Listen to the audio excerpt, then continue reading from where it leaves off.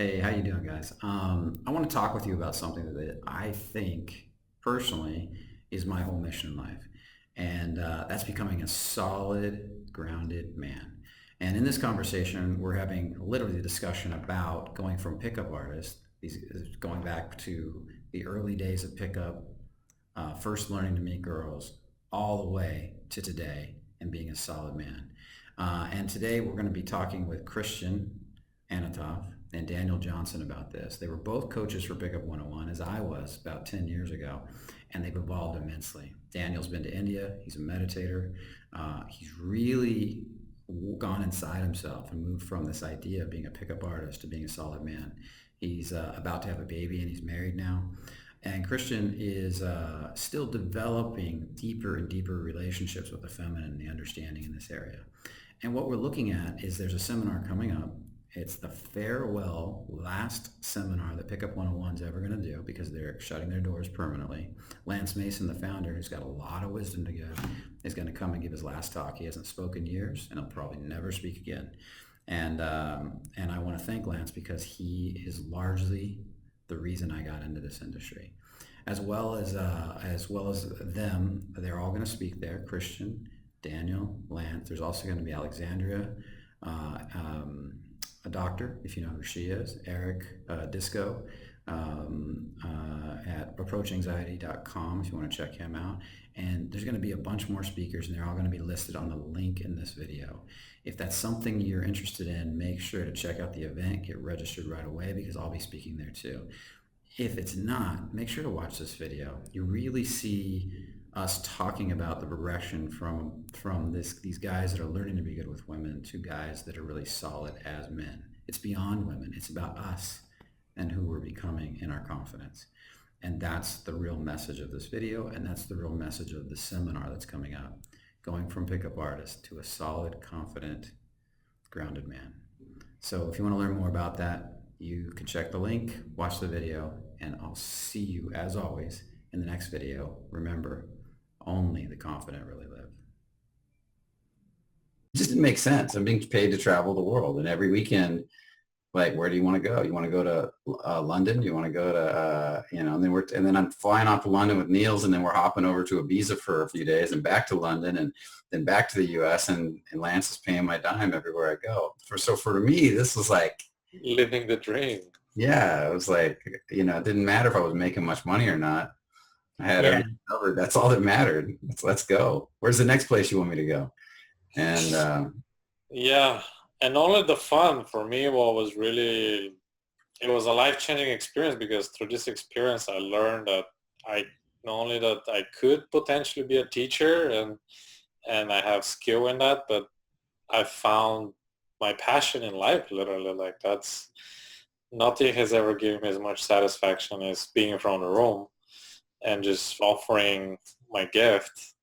And I was really able to learn that through Pickup 101, where literally for that for reason you said, like, every week I had the opportunity to go try again and teach and teach and teach until, like, wow, I should be doing this for a living. and which you did, and you still are. Yeah, so that's to me, that's how it was the most transforming. Not only that I met great people like you guys and we traveled and we had so much fun, but it was just really transforming for me, having the opportunity to transform all the guys that we See, taught, touched. very interesting, because watching you was interesting. You were more of a natural, right? You came to it with some skill set and you became a teacher. Why did you take the That was news to me, by the way. Huh? That was news to me. I signed up for the workshop and I took it, and then halfway through the workshop, people were like, why are you taking this workshop? You should be teaching it. I'm like, what are you talking about? Why are you telling me this after I just paid $2,000? I think it's like, No idea. most guys are like, their goal is here. And Christian, he was here, but his goal was like up here. And so he kind of like saw this potential, which I think he recognized. And I think we did, or I've seen it grow in you. I've seen you become even more, just the way that you tune in with women and kind of like can just really like feel feel where they're at like the most subtle levels. Like like a subtler, like a connoisseur's level of seduction or dating and whatnot. And I've seen that grow. Like, I don't think you necessarily were at that level. You weren't, well, you weren't Yeah, at that level. I mean, clearly I wasn't. Yeah. Yeah. But yeah, you had a natural ability that coming in too. Well, Yeah. what was your motivation, Christian? I'm really curious for taking the first workshop because I didn't see you in the first workshop. So why did you take it? I mean, I was always fascinated with relationship, with sex, with like half my library of books was on that subject. And then I ran into reading the game. No, I first ran into an article in the SF magazine or whatever it was. Then I went and read the game. The things they were doing and saying, that sounded crazy. I couldn't believe it. I had to see it with my eyes. They were like, oh, picking up a girl from the street, or are you walking down to get I don't know why you're walking down the street. That, to me, that just sounded so out there, so bizarre. It's like, I have to see these guys because I don't believe it. And I actually remember canceling a date to go see my first intro, and then Sean Messenger was like, yeah, and I was like, I gotta try this. Sean is rather big energy, very motivating. So I signed up and I went to the workshop, and then it was just crazy. And I'm like, yeah, people were like, you have game. And I was like, to me, looking back on it, I was like, yeah, I did. But it was news to me because I was like a serial monogamist. Mm-hmm. I was with my first girlfriend was 17. I was with her for 4 years. Then my next girlfriend was another 4 years. And then I was like 25 and single. And I've only dated like 3 women my whole life. But I picked the girls I wanted. I was like, oh, I like this girl. I should be dating her. Then I ended up dating her. But I didn't. I just thought that was a chance or something random. So yeah, I had no idea. So coming into Pickup 101, what did Pickup 101 give you? What did it give you? Because did it give you a realization of what you already had? Did it give you something extra? Did you take it to a new level? Well, honestly, I don't remember what the workshop gave because you all got smushed together. Because right, I instantly joined start hanging out with the guys, so it's all mushed together right now. But what I remember, a lot of it was a lot of hanging out with the guys like Daniel and other people, and then just constantly talking about it and constantly trying new things. And one thing that was very interesting when I got to learn about whatever natural skill I had is people would talk in front of me in third person. Back then they used to call me Captain Jack. Yeah. So people were like, oh, Captain Jack does this and That this. wasn't the only nickname, by the way. I think there was the Count, might have been Pepe Le Pew, a few of them out there. Yeah. So I remember people talking in front of me in third person, like, oh, Captain Jack does this and this and this and this. I'm like, oh yeah, I do that. And then I'll try to do that consciously, and then I'll totally fuck it up. I just did it unconsciously. Then because people talk about what I did, I started doing it unconsciously.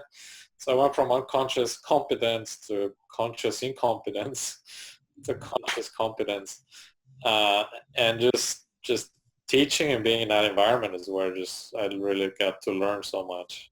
So how is it? I'm kind of focusing on you first, or if you don't mind, Daniel, just if you got some questions. I want to share a story actually, because this one, it just came to mind. This was a great moment.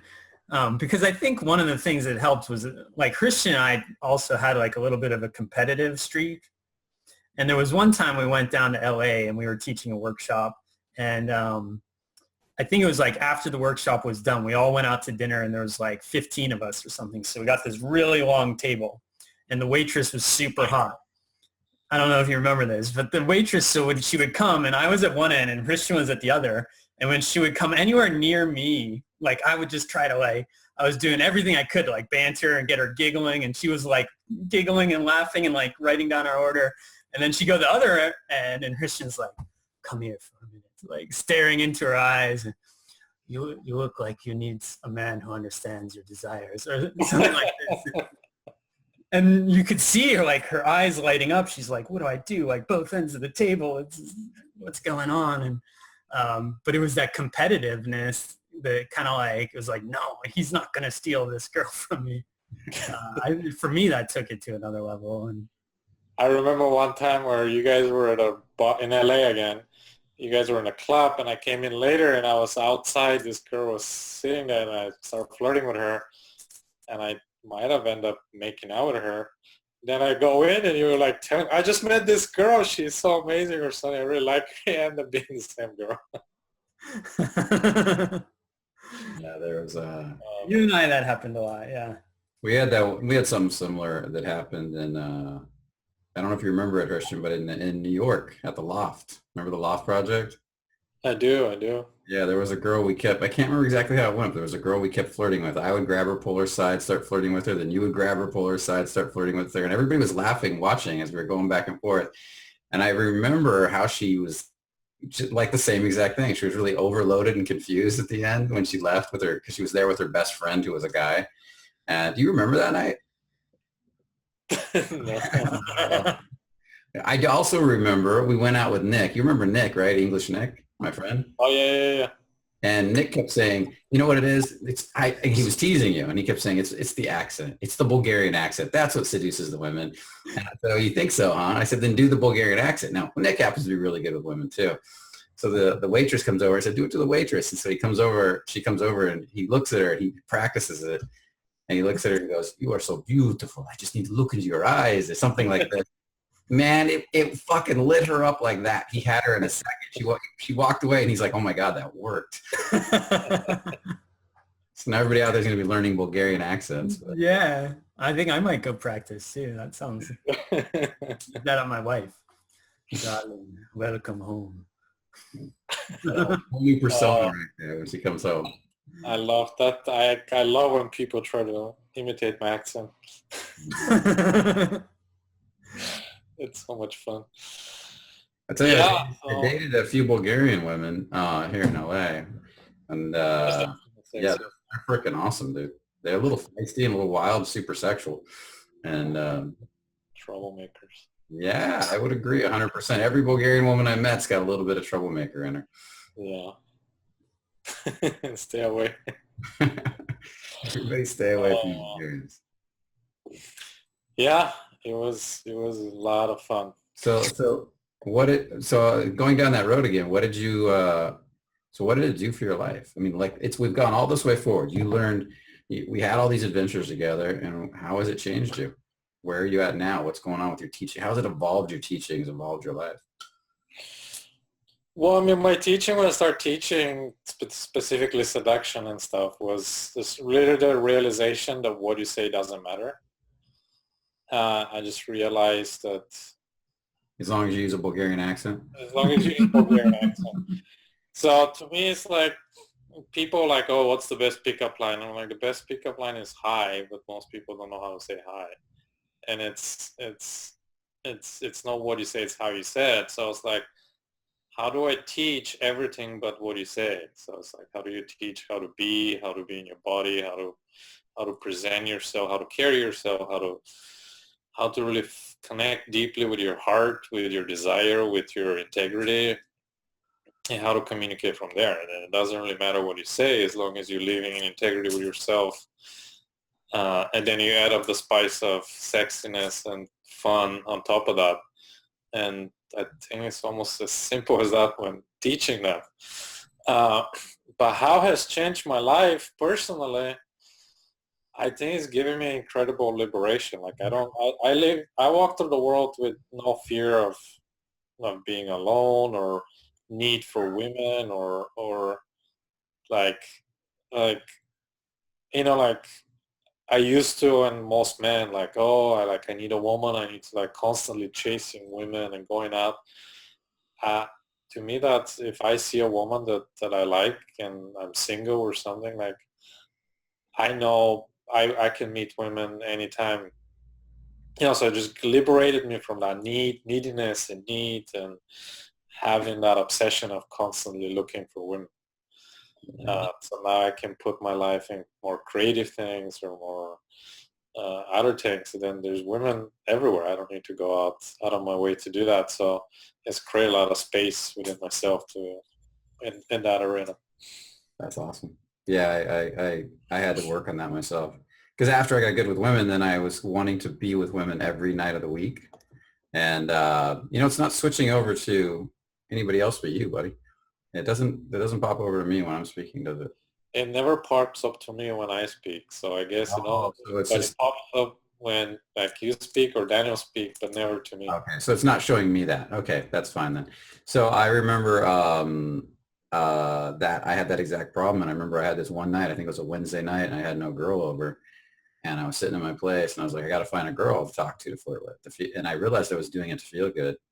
So I went on what I said was going to be a 3 month, but it turned into like a 4 to 6 month hiatus of women where I was just dating myself, being alone, learning to enjoy my own company.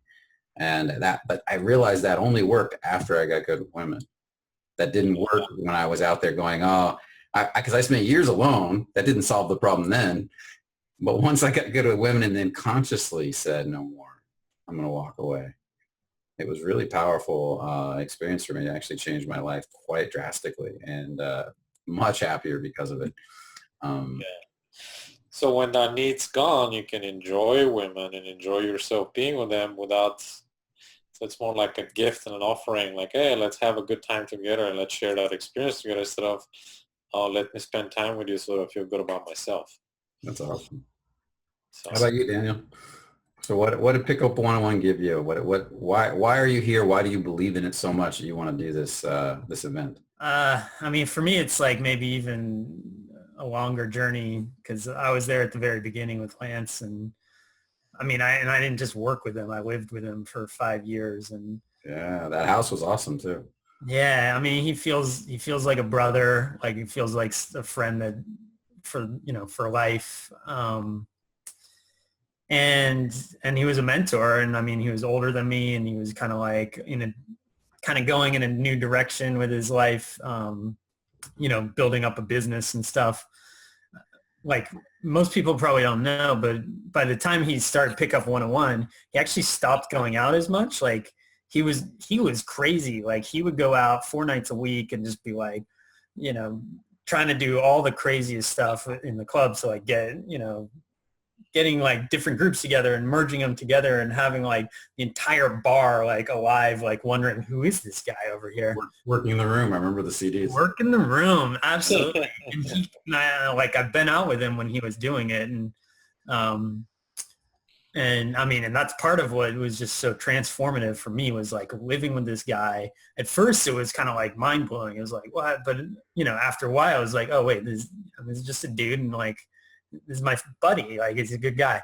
But I remember one time, like, and this was, so I started like doing like customer service, like customer support, and like for Pickup 101, it was three of us. It was Lance and Craig, who was like a marketing guy, and me. I was just like the gopher. Like it was like customer support or like, hey, go pick up this package or do this thing. And I was like, okay, whatever, I'll go do it. And I remember one day we were at work, like hard at work. I'm at a computer, like typing away. And I like turned to him and he's like, hey, can you do something like blah, blah, blah. And I was like, like, I don't know. And he like turned on a little bit of his like charm for me. He's like, huh? Like, I know you want to do this work. I know you want to do it. Like in the way that Lance does. And he got me laughing. Like I was like, whoa, what? I'm laughing and I want to do the work that he's asking me to do. Like, I think he just seduced me. And like, I'd never experienced that with a boss before, definitely, or like in an employment kind of situation, like someone who could get me to do something, but in a way that I actually am like enjoying it and having fun and like, wow, we're like having fun working together. And I remember that moment super clear, and I like started to model it, and I even use that on women then sometimes, where I'd be like, yeah, come on, let's go home. Home, come on. Like just going so over the top. The girls are like, I don't know, how could I say no to that? And it was that kind of thing where it was a real experience to like model and have a mentor. And I mean, and just even having the experience of like having a mentor like that has taught me a lot. Like it's something I tell people all the time. Like if you really want to like get good at anything, find someone who is good at that and just spend lots of time around them, and it just transformed me. And then I was like teaching, and like I started out super shy. I don't know. I mean, you guys probably didn't know me because we hadn't met yet, but Nope.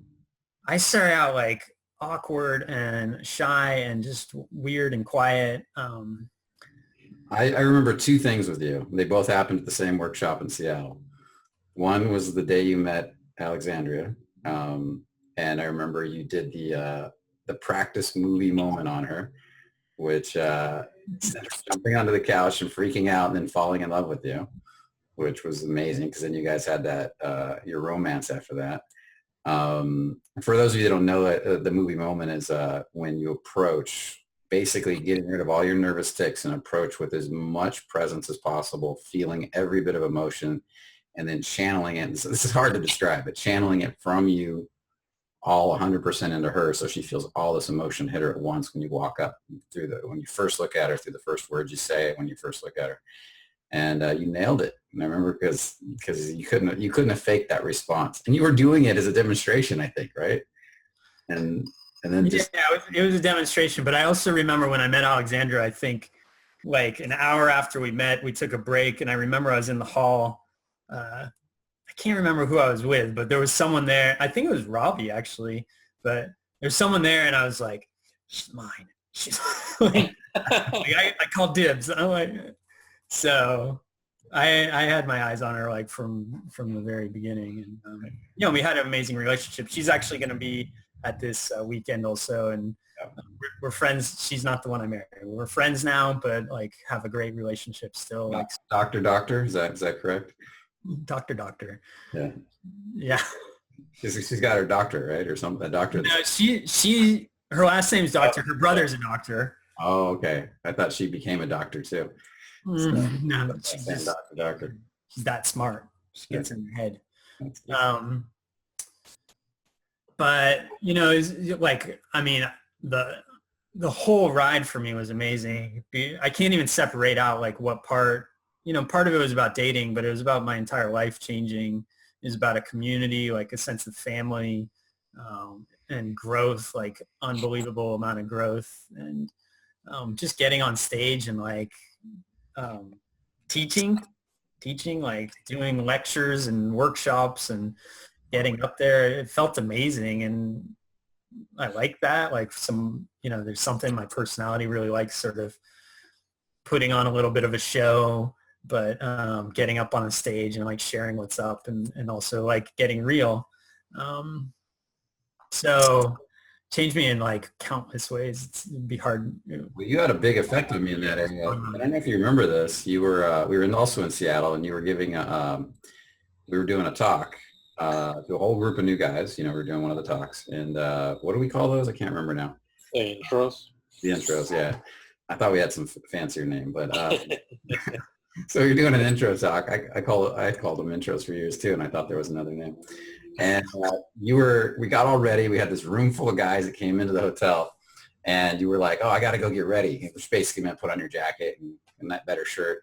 Entertain everybody while I do that. And you walked out of the room and left me there with it. And it was a big audience. It wasn't a small audience. And this was not something I do. And it was like, okay, working with one or two guys is great, but a whole audience. And all of a sudden I just stood there and I kind of froze. And then I started saying, it did not go well. I mean, honestly, thank God that's wrong, because I was doing my best to motivate and excite, but I was so inward and so nervous because I'm naturally introverted. I do remember that, actually. And then you came back and saved the day, and I was like, thank God you brought the energy back up. But that started me really wanting to speak more.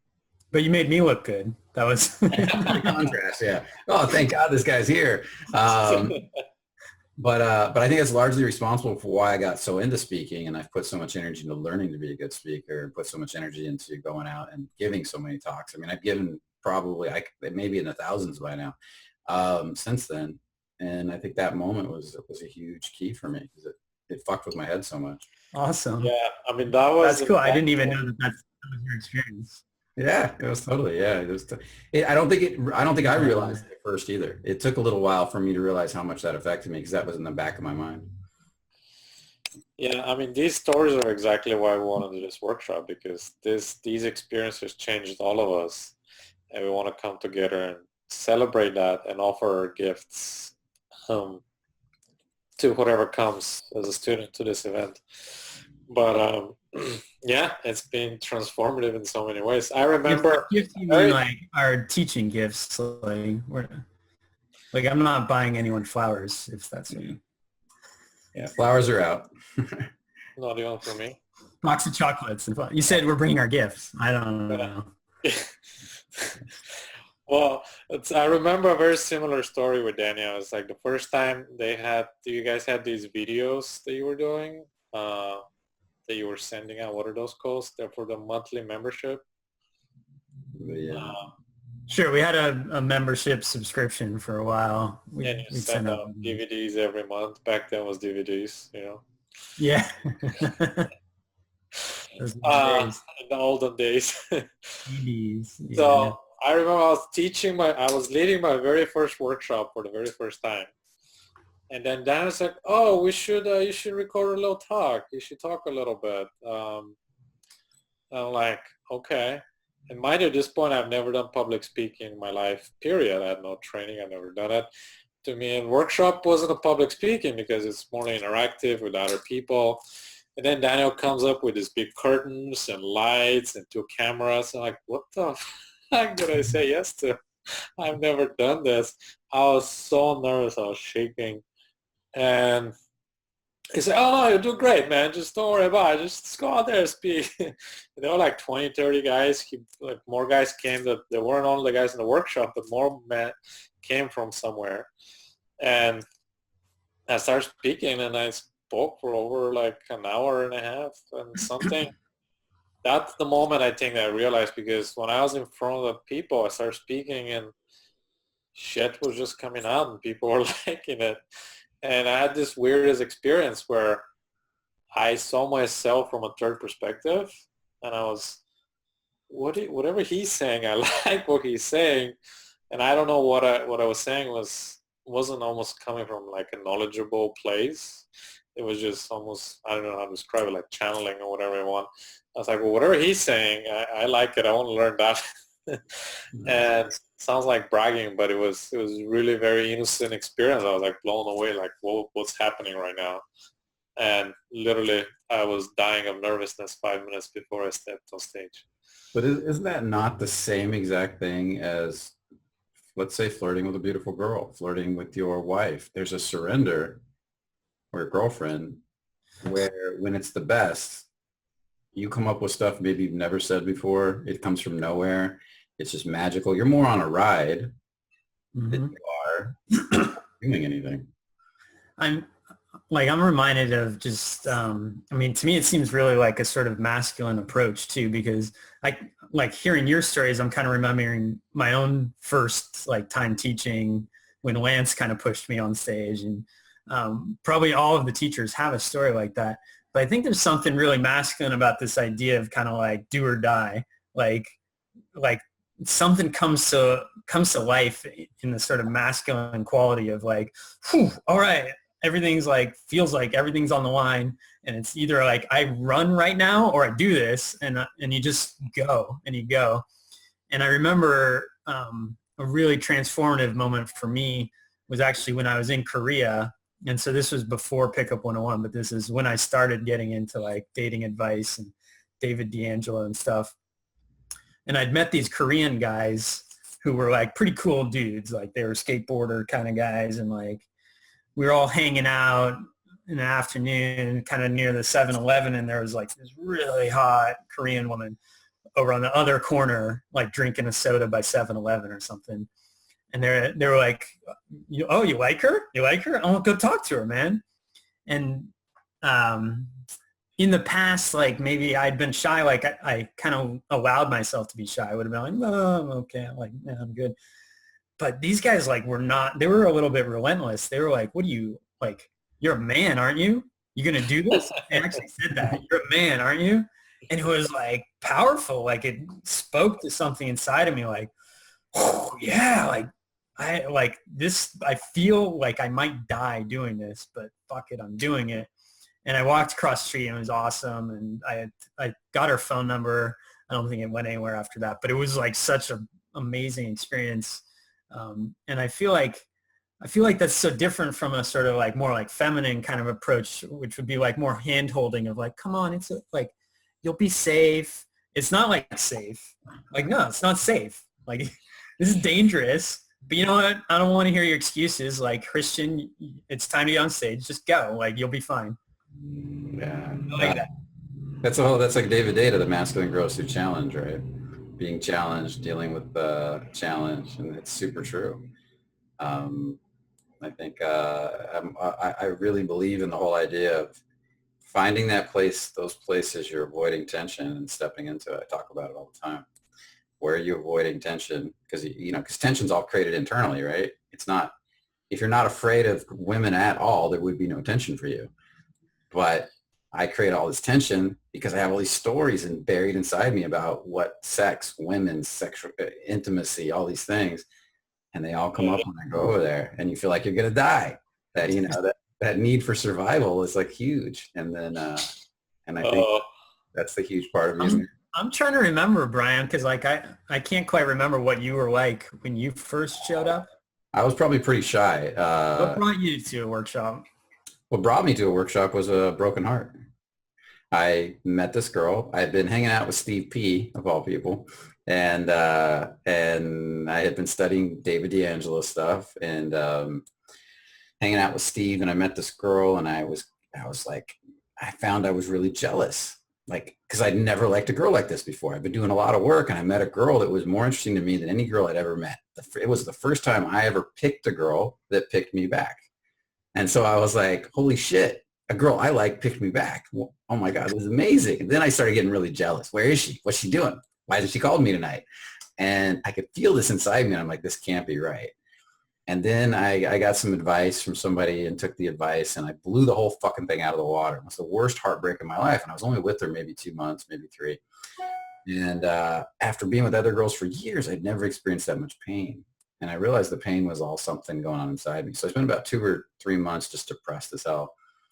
And then I said, I got to do something about this. And I got online. I'd never spent a lot of money on a workshop or seminar before. I'd only taken free ones. And I just bought the one in LA that Lance, I think you were there. Lance was there. Lance was the teacher. He had a cold. We were at the hotel happened to be in the heart of the gay district in LA. We're learning to go pick up women. And I remember that. so I showed up at that one. And that night I hung out with Manish, and I went nuts on Saturday night. And I amped up on vodka and Red Bull, which you guys shouldn't have let me drink, but I had still way too much. And I went nuts, and I talked to every fucking girl in that bar because I was so amped up. And it was a surreal experience. And then so 2 weeks later, a week later, I was I was in San Francisco at the Rapport workshop and continuing the journey. And that's where I met Sean, and everything kind of blew up from there. Because I was already a hypnotherapist and a coach with codependent weight loss, that's why Sean was like, oh my God, you're really good with people and really good one-on-one. I wasn't good at speaking at the time, but good one-on-one. He said, you can motivate people. And I said, yeah, that I can do. So I don't think I was fully there yet. I mean, I've evolved immensely since then in my confidence, but it's what gave me the kickstart, and what got me out of the depression, got me moving, I always say she was the catalyst that got me doing stuff I wouldn't normally do, spending a lot of money to hang around people that had their shit together, getting in groups and getting to workshops. And then once I got in that wave, which was started with Pickup 101, I just wrote it. I never stopped writing. I'm still writing it today. Still traveling the world today, teaching seminars and all that stuff because of that original wave. Just grew from there. It's funny. I remember like now it's kind of like jogging all these memories. Like I remember you being kind of introverted and a little quiet, but if you were afraid or anything like that, you did not let it on. Like there was something like from the beginning where I was like, oh, this dude's just kind of cool.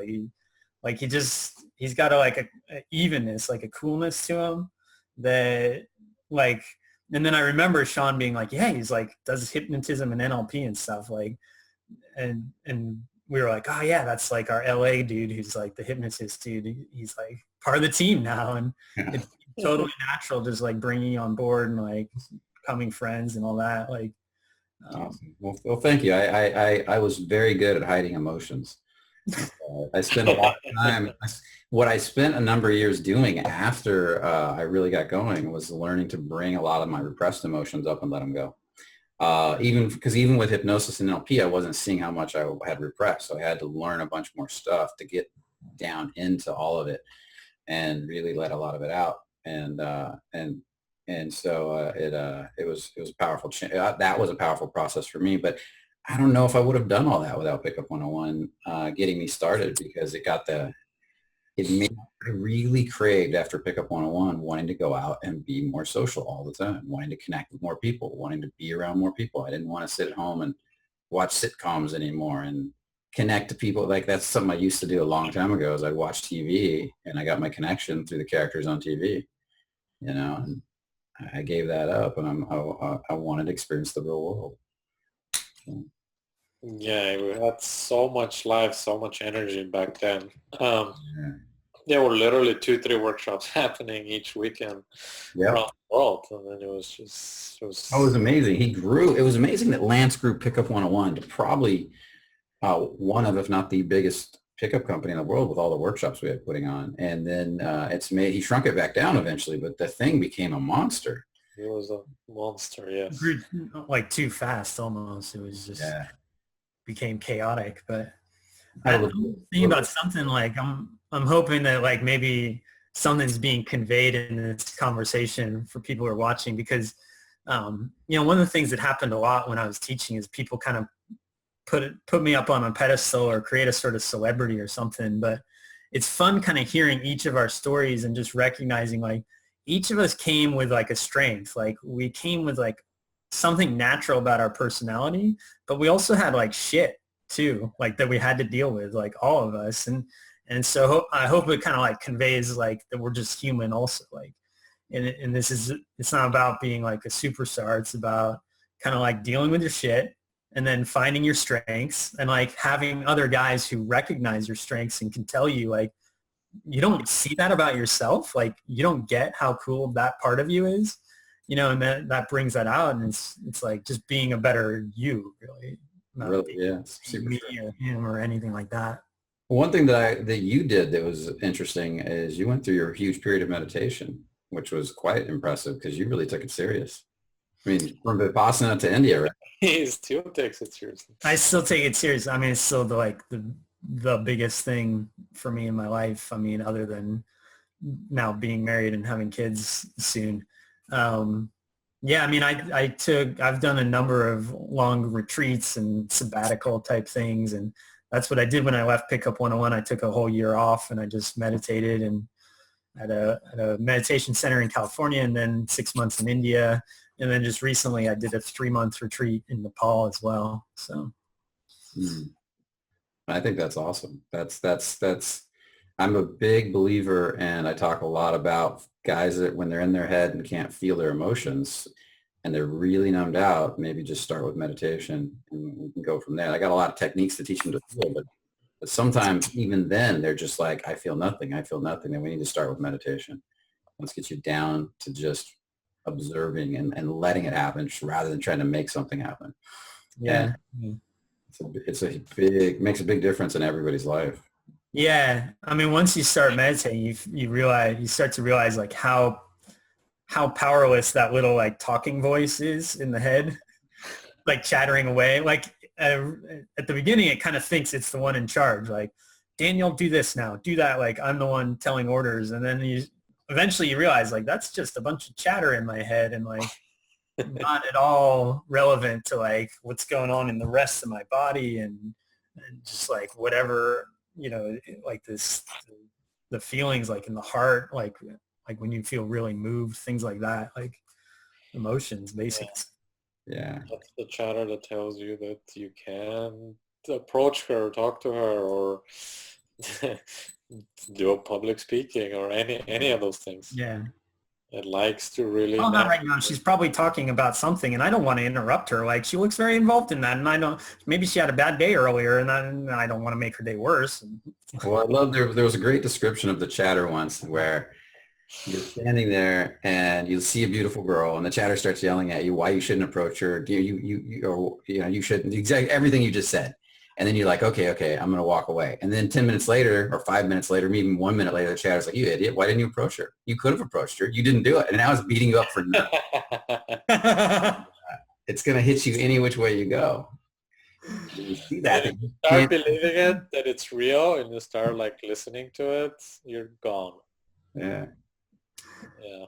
Yeah, some of my best moments that I remember from Pickup 101 is like moments like that where I'd be like, oh no, I mean, she looks busy. Like, I'd come up with some excuse that seemed totally reasonable and be like, okay, I'm not going to do it. And I walk away, and then 5 minutes later I'd turn around and like Christian's talking to her or Sean's talking, like someone's like talking to her. I'm like, like, why did I talk myself out of that? Like, yeah. And it's going well too. Yeah. Oh, definitely. Like, that one's not going to go well. She's not in the mood. She's not, she looks angry, and then boom. Oh, now she looks happy talking to Christian. What the fuck? You know? Oh boy, I'm so looking forward to this weekend just to bring everyone back together and just to really reconnect. Maybe we should talk a little bit about what's going about the week. I think we need to head in that direction because we're gonna have to. The call's gonna run a little long. Probably have to edit it down a bit. But what what are each of us gonna bring to the weekend? Do we have any? Do you have anything you want to talk about? Very good question. Well, I haven't. Besides flowers, Christian. I'll bring flowers for everyone. That'll be my gift. Well, I mean, one of my favorite things to teach is seduction. These days, when I do coaching or any teaching, it's more about relationships and intimacy, but nothing's more fun than teaching seduction for me. So, and since it's a Pickup 101 event, I will talk about my Bulgarian seduction that I used to call silent seduction, because you don't need, like, I have a whole video. I'll send it to you. Have you seen it? I have a video where I'm seducing a woman on stage without using any words. It's good. I've seen it. Yeah, we'll have to. What we can do is maybe we can either include that in this, or I can do an interview with you, and we can include that in an interview too. Because I do want to do an interview with you about your business in general, so separate from this at some point. Whether that could be ways down the road. Yeah. But so that's, to me, it's more like I will talk about seduction and how my view on seduction and all that. I mean, I can talk about it more now, but like what I said earlier, it's how do you find your desire? How do you own your desire? How do you present it to a woman unapologetically, while at the same time not needing or wanting anything from her? It's kind of like, hey, like, you are beautiful and I desire you, and you're free to say no or yes or walk away, or that's like, I'm not putting anything on her. I'm just fully owning myself and offering my desire. Will be a very short description of how I view seduction, and it'll be more than that, obviously, but that's what I'm gonna bring. You want to go, Daniel, or you want me to go? Sure. Yeah, I'll go. I mean, well, first of all, I mean, the weekend's going to be awesome. There's going to be a bunch of other guys, like Lance is going to be there, for example. I want to go just see Lance, but I thought you want to see me. Jeez. Nah, I'm kind of sick of you. You gotta seduce him, Christian. You gotta seduce him. So Christian said something to me once that I really appreciated, that he recognized in me something that I think the word he used was range, like a lot of range of who I am. And in this conversation, like, I feel kind of excited because we're like doing something really fun and I'm kind of amped up, but there's also like so much more to me than that. And a lot of it I got to do when I was teaching. You know, we had the art of attraction, we had the art of rapport, and that brought out a lot of range, like a lot of depth in the art of rapport. like with the storytelling, vulnerability. But I think that's something, it's one of my own strengths I recognize in myself, is like this ability to just like be like, yes, all happy and excited about this thing, but also like there's the part of me that can be totally meditative at the same time, like just totally balanced with everything going on, like ups and downs, like, oh, I'm chill. And so, obviously that's what I want to bring, is like my experience with meditation. That's been the biggest part of my life over the last 5 years. And one of the things that sort of is more where my interest is at lately, and I've been doing this a little, like working with guys more one-on-one with a sort of inquiry now. And it's more about, for me, helping guys to kind of tap into their own innate wisdom that's already there. Like I feel like with Pickup 101, there was a lot of like giving the answers, which sometimes helped. Like just, hey, just say this. This is banter. Just do it. Or this is Kino, touching women. Just do it, which was good. But right now, what like interests me more, I guess, and what I've been working with guys on is like tapping into your wisdom. So like, I don't even like know what the answer is going to be, and we're going to discover it together. And it comes from my own practice with meditation, with like a more spiritual inquiry. It could be spiritual, it could be mundane. It's kind of like allowing whatever the answer is to reveal itself, rather than coming with an answer. So I'm actually kind of excited to bring that to this audience and see how people respond. So I love how all our answers are really about going inside. So far, I've noticed even mine is going to be like, it's all about going inside, like, and really feeling who you are on the inside. Because that's ultimately what the journey's about. And the sooner we get there, the better. And it's the same for me. I want to talk a lot about masculinity and femininity and their relationship, and the polarity they create, the embodiment in relation to that, and what really makes a masculine man. What are the qualities that make a man appear masculine, and what are the qualities that make a man appear confident? Because they're really not always the same thing. They're not the same thing. They can be very different. You can have a masculine man that's not confident, and you can have a very feminine guy that's very confident. And so looking at those and really understanding how you can use that in life to move your life forward, whether you want to be masculine or feminine, and how to develop that confidence in an embodied way, like feeling it inside your body, bringing it from the inside out, rather than as a technique you put on top to accomplish a goal. So I'm looking forward to that. It's sweet. I mean, and the idea. I was a student in this workshop. What's that? I wish I was a student in this workshop. Yeah. Well, you don't have to leave the room when you're not teaching. You can hang out. We'll let you. Thank you. Maybe. I mean, it's cool. We're still creating it. I think that's one of the fun things about this, is like it's a co-creation, really. It's that was one of the things Lance said. Even he's like, I really want to do this. Like, he's excited, but he's like, I don't want to do any work setting it up. He's just sick of being like a boss. He doesn't want to be the boss. So we're all kind of coming together. We're creating together. Good. Yeah, and yeah. Lance said he's just gonna sit there and play sitar. He's become a yogi. He's gonna, right? Sitar and chanting and yeah. That'd be cool. It will be just the background music. Every time we're speaking, Lance is in the background playing. Yeah. Observation. I like it. That's a serious change. He's gonna teach. He's gonna transmute the teaching by the way he's being, through vibration and vibration and being, and the words. Good. I mean, it's like, in a way, it's kind of like a tribute to Lance, and I think it's really amazing. I mean, he was kind of the hub of it all, and I still hear from guys all the time that are like telling me how much Lance, I would love if they were like, you really impacted my life, Daniel, but instead they're like, it's amazing like how much Lance has like influenced me in my life. Well, he was a master of the movie moment. I do remember that That was he was amazing at it. And that was his thing. And that takes some serious skill to pull off one movie moment, let alone a whole bunch of them, on a regular basis, like to be that present, because you have to be uber present to make one of those work. Yeah. So, yeah, true that. right. Well, Like I said, the event, let's remind everybody what the dates of the event.